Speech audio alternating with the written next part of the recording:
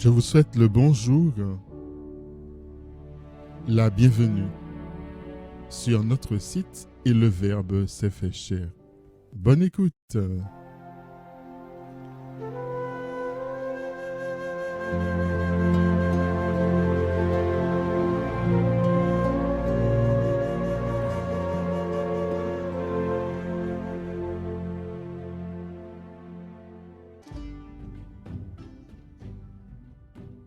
Évangile de Jésus-Christ selon saint Marc. En ce temps-là, tandis que Jésus sortait de Jéricho avec ses disciples et une foule nombreuse, le fils de Timée, Bartimée, un aveugle qui mendiait, était assis au bord du chemin. Quand il entendit que c'était Jésus de Nazareth, il se mit à crier « Fils de David, Jésus, prends pitié de moi !» Beaucoup de gens le rabrouaient pour le faire taire, mais il criait de plus belle « Fils de David, prends pitié de moi !» Jésus s'arrête et dit « Appelez-le !» On appelle donc l'aveugle, et on lui dit « Confiance, lève-toi, il t'appelle. » L'aveugle jeta son manteau, bondit et courut vers Jésus. Prenant la parole, Jésus lui dit « Que veux-tu que je fasse pour toi ?»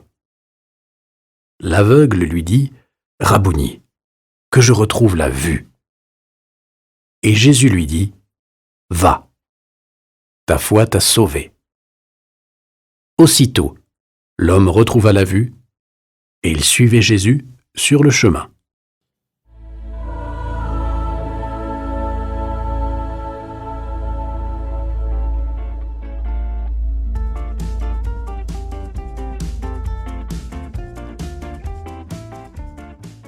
Chers frères et sœurs, jeudi prochain, cela fera 20 ans que j'ai livré ma vie à la fournaise ardente, crucifiante et tout de même exaltante de ce que l'Église appelle de manière un peu présomptueuse le ministère sacerdotal. Comme vous ne pourrez pas être présents tous pour célébrer avec moi à 12h15 cette action de grâce, j'ai voulu en ce dimanche qui clôture la semaine missionnaire vous parler du prêtre. Préparez-vous, attachez bien vos ceintures car le décollage et l'atterrissage précédant le vol avec des perturbations atmosphériques, où moi-même je risque de ma peau, avec quelques tirs de missiles théologiques, risque de vous malmener. Donc j'ai réfléchi à 2 fois avant de me lancer, mais chaque fois que j'essaie de freiner, eh bien, j'avais encore des idées qui venaient. Donc écoutez pour tenter pour comprendre. Chers amis, le rapport Sauvé, publié au début de ce mois missionnaire, qui a révélé ce que l'Église de France savait déjà, même si hypocritement elle crie encore en des gémissements consternés sur tous les médias de la planète, ce rapport Sauvé, donc, met à mon sens en évidence un grave problème théologique des ministères. Cela n'étonnera pas ceux qui sont de la partie. Le Concile Vatican II, en enseignant que le baptême est la voie du salut et de la sainteté, n'a pas réinventé le fil à couper le beurre et n'a innové absolument rien, mais après des siècles d'éminence, et je dirais même de proéminence du sacerdoce, des clercs, et dans une moindre mesure de la vie consacrée qui avait confisqué et la parole de Dieu et l'Eucharistie, eh bien ce Concile Vatican II provoque une révolution. Révolution que certains n'ont pas encore acceptée puisque continue dans le combat de rite. Certainement nous battrons-nous encore peut-être à la porte du paradis, Dieu seul sait. En tout cas, si on s'en tient à ce que le Concile Vatican II dit avec force, et le Concile Vatican II, c'est lui qui en quelque part est force de loi ou référence dans l'Église catholique. Il n'y a pas besoin d'être prêtre, d'être religieux, d'être religieuse pour vivre à fond sa foi. Le mariage et la vie dans le siècle non seulement ne sont pas un obstacle, mais constituent la manière habituelle de pratiquer l'Évangile. Donc, Mesdames, Messieurs, vous qui êtes engagés dans l'Église, à la cathédrale ou ailleurs, vivez à fond votre mission, mais ne fuyez pas vos maisons, vos couples, en faisant de la paroisse du presbytère un monastère où il est bon de se retrouver cloîtré plus de 35 heures par semaine. L'onction baptismale, celle que vous avez tous reçue ou que vous allez recevoir pour les catéchumènes, configure chacun, chacune au Christ, prêtre, prophète et roi. Chacun est donc engagé à répandre la bonne odeur de Jésus.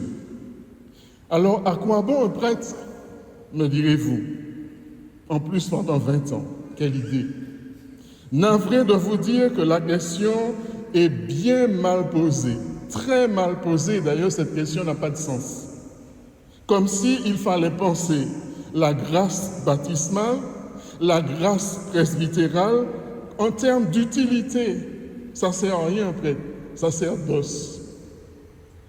On n'est pas prêtre pour être sauvé ou saint, encore que le propos de la sainteté s'impose aux prêtres comme à tout baptisé. On est prêtre non pas en soi, mais parce que l'on a accepté de se mettre au service de l'Église pour qu'elle poursuive sa mission.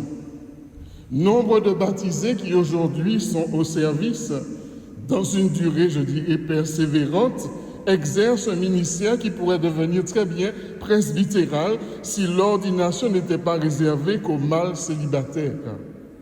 Ces choses connues n'en sont pas moins problématiques, car ce n'est pas ainsi que nous pensons.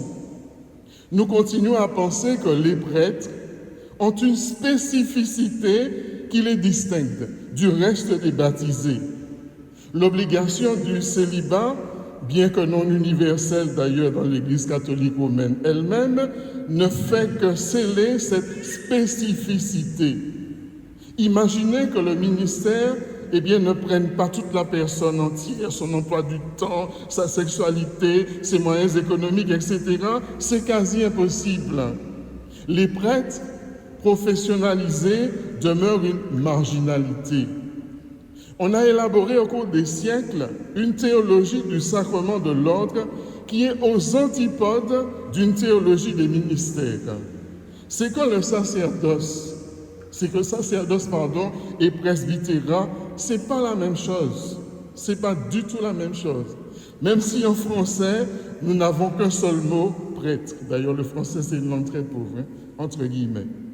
Un prêtre, sacerdoté, serait un autre Christ, c'est-à-dire un intermédiaire entre les hommes et Dieu. Et il arrive d'ailleurs au pape François de parler ainsi. Or, les prêtres, presbytères, n'ont de sens qu'au service des autres et non en eux-mêmes. En fait, on a pensé les choses sur le modèle des religions. Pas étonnant que l'Église se fracasse en ce 3e millénaire sur ces questions de sacerdoce, malgré la réforme de Vatican II, d'ailleurs assez vite enterrée. Il y a des personnes qui demandent quand est-ce un concile Vatican III. On peut quand même mettre en application tard, c'est d'habitude en 3e. Bref. La lettre aux Hébreux, nous l'avons entendu, expose qu'il n'y a qu'un unique prêtre, le Christ, et que le sacerdoce aaronien d'Aaron, le sacerdoce des religions, c'est fini. Le sacerdoce du Christ ne se transmet pas. C'est-à-dire que Jésus a mis fin au sacrifice. On n'est pas prêtre de génération en génération, comme des prêtres vaudous ou autres, mais par appel, un appel particulier et une configuration à l'être même de Jésus. D'où la drôle de formule selon l'ordre de Melchisédek. On ne parle de Melchisédek dans la Bible que 2 ou 3 fois, dans toutes les Écritures. Il est connu dans le psaume 110, cité dans la lettre aux Hébreux, récité au vêpres du dimanche auquel beaucoup participent. Donc, c'est un chant il y a des compositions extraordinaires sur ce psaume-là, parce que je pense que les personnes participaient au VEP et qu'il fallait inventer, je dirais, des tons ou des chants un peu différents pour qu'on ne soit pas dans la monotonie. Melchisédek, c'est un homme mythique dont on ne sait rien. A-t-il existé? Dieu seul le sait. Ainsi, il ne faut pas chercher à comprendre le roi de Salem, Melchisédek, avec la raison, mais avec le cœur, parce qu'il vient briser justement tous les raisonnements au profit d'une certitude. Nous devons nous incliner vers un centre de justice et de paix qui nous dépasse et qui nous rassemble, et c'est lui. Et c'est en cela que Melchisédek, c'est une figure nécessaire à toutes les époques, actuellement, par-delà les siècles. En effet, dans son premier sens étymologique, la religion, c'est un lien relié entre toutes les traditions qui les dépassent et qui en même temps les unit. Melchisédek, c'est l'image parfaite. Salem dépasse la notion géographique, car c'est plus qu'un lieu. Salem semble être un état serein où le cœur est au centre du divin. Sur le fronton de la cathédrale de Chartres, lorsque vous irez en vacances en métropole, vous regarderez, le roi de Salem est représenté à côté d'Abraham et des initiés, mais un peu à l'écart. Une manière peut-être de signifier qu'il n'appartient à aucun groupe. Il est sans génération et apporte du pain, du vin à Abraham. Avec lui, c'est le prêtre qui paie la dîme et fait l'offrande. C'est le croyant qui reçoit et non Dieu. C'est le renversement que Jésus vient opérer. Il offre son corps et ce sont les croyants qui reçoivent. En donnant sa vie pour ceux qu'il aime, une fois pour toutes, il rend caduc le sacerdoce. Il n'existe plus que son corps, c'est-à-dire nous, le peuple sacerdotal qui, par le style de vie à sa suite, présente l'humanité à Dieu, et c'est ça la messe. La messe, le prêtre il préside. Les célébrants, c'est nous toutes. C'est chacun de nous qui sommes célébrants. Le prêtre qui ne fait que présider pour représenter le Christ tête, mais les célébrants, c'est nous tous. Donc, si ministère il y a dans l'absolu, je crois qu'il ne peut pas être sacerdotal, ça c'est mon avis. Si Jésus vient renverser le rite ancien, si sacerdoce il y a, il ne peut être que baptismal. Fonder le sacerdoce sur une épître qui relègue le sacerdoce justement au passé dépassé, c'est peut-être une violence qui ne pouvait que se payer cher. Et je crois que le temps est venu pour l'Église catholique de régler la facture. En effet, le séisme, le tsunami des crimes sexuels dans l'Église est celui d'une obligation de soins de l'Église elle-même. Une conversion à ce que pourtant l'Église prétend croire.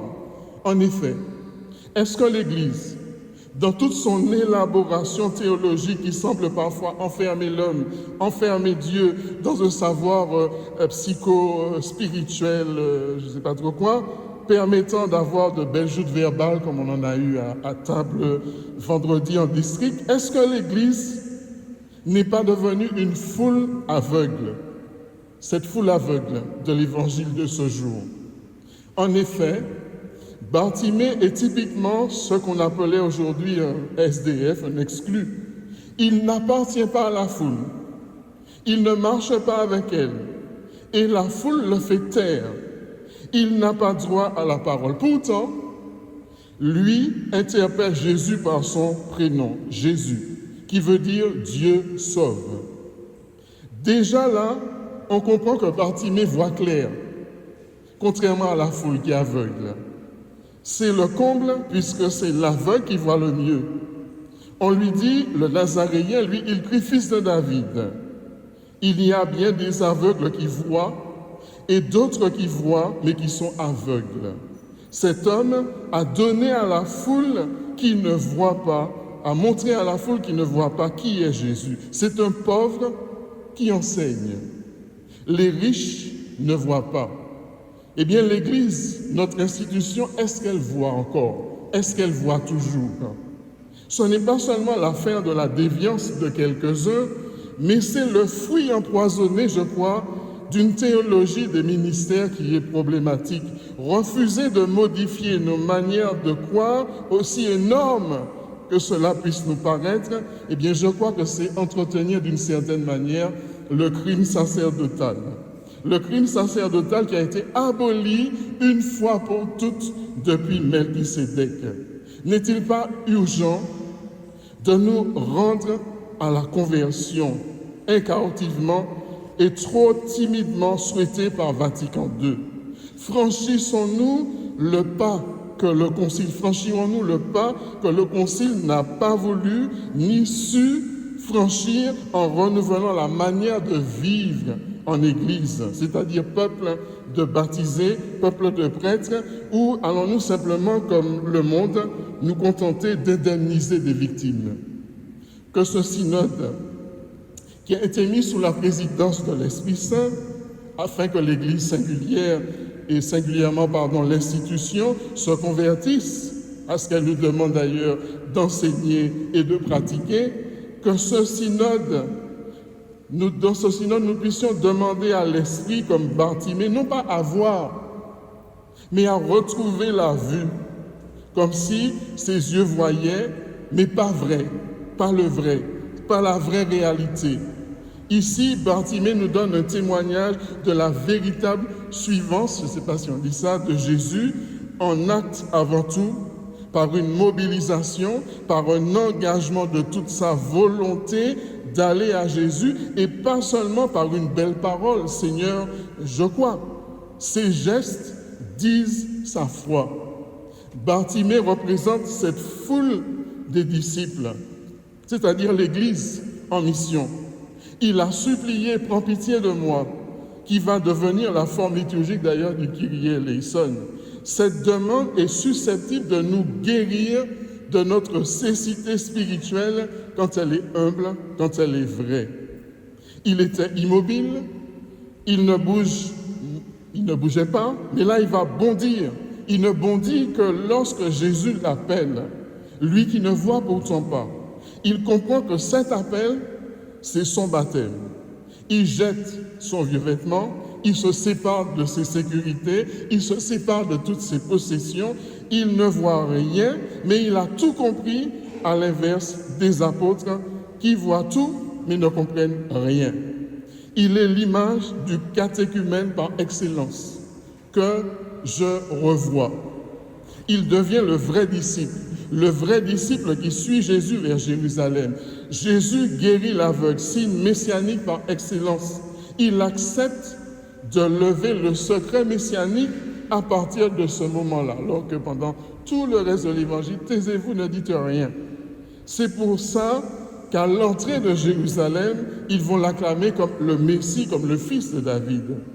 Alors, au-delà de nos beaux discours théologiques, comme celle de vendredi en district, il faudrait commencer déjà entre nous prêtres, à prendre conscience que croire n'est pas encore suivre, même si on a 20 ans de ministère. Croire, c'est pas encore suivre Jésus. Tant que je ne conforme pas ma vie à la suite de Jésus, je ne suis pas vraiment un disciple. Cet homme est une parabole pour notre Église de ce siècle. Il dit que le Nazaréen est fils de David, qu'il est le Seigneur, et qu'il ne faudrait surtout pas oublier chez nous prêtres, car le sacerdoce n'est pas un en soi, mais un service. Et je dirais que le sacerdoce, ce n'est rien d'autre, parce qu'un prêtre, ça ne sert à rien. Et un prêtre, justement, ça sert d'os, O-S, pour être bouffé, pour être mangé. C'est ça le rôle du prêtre. Pour être missionnaire de Jésus, au-delà de toute notre belle théologie des ministères, il faut voir cela Sinon, ce n'est pas lui, Jésus, l'unique sacerdoce qui est annoncé. Donc, merci Seigneur de nous faire passer par le rapport Sauvé, qui porte un nom particulier, c'est bizarre, hein? Sauvé. Par le rapport Sauvé, pour enfin nous convertir de notre aveuglement en reflétant l'attitude des deux fils de Zébédée qui sont comme deux aveugles qui refusaient de passer par la croix. Alors merci Seigneur pour cette croix que tu as donnée à l'Église de France, là, dans cette entrée-là, pour qu'elle puisse véritablement, et nous-mêmes avec elle, nous convertir à la vraie foi et au vrai ministère, au vrai sacerdoce qui est celui de Jésus, que nous soyons simplement des serviteurs de la grâce. Amen.